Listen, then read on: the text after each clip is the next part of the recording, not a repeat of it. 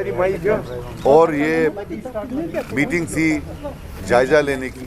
पहला तो we met and expressed gratitude to the people of Jammu and Kashmir, to those people who voted and even to those who did not vote for us.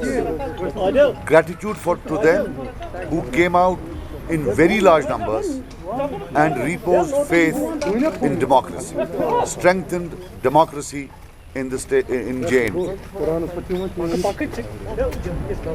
Now that the people of Jammu and Kashmir, after so many upheavals, have reposed their faith in the democracy of this country, it is incumbent upon that the onus lies on the administration to reciprocate that respect and faith in democracy. I would say that there are some disturbing reports coming about interference in democracy, in people's verdict, wherein the government of the day is acting in a partisan manner and in fact becoming a participant by directly, indirectly facilitating moves by some people to attract independence towards them by confining them. I think they should desist from this and not humiliate this great verdict of the people of Jammu and Kashmir. History is replete with examples that those who try to humiliate verdicts of people, they end up with a disaster. We need to respect this verdict and show respect to the people of JNK. Under no circumstances should democracy be tinkered with, interfered with. That is totally unacceptable.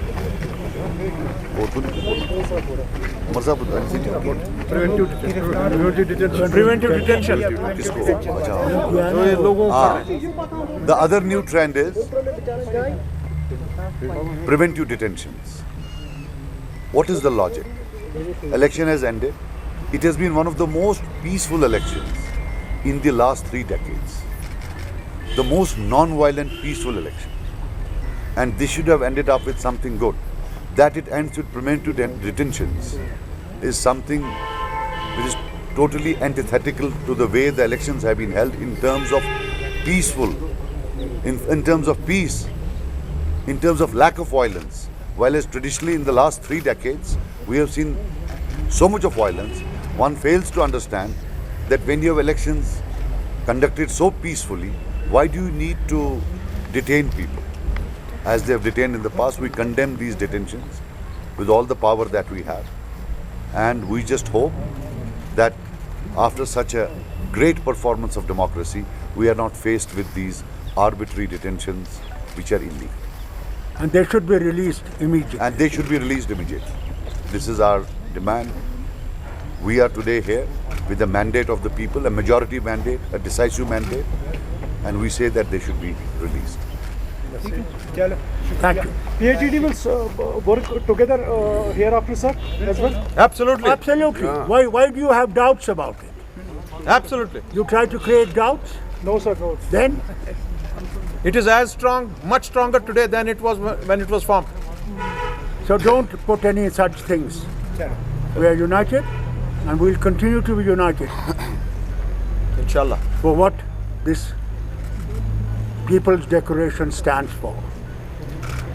And let's hope that you all have a pleasant stay in this tragedy of the season that is coming, which is we are in it.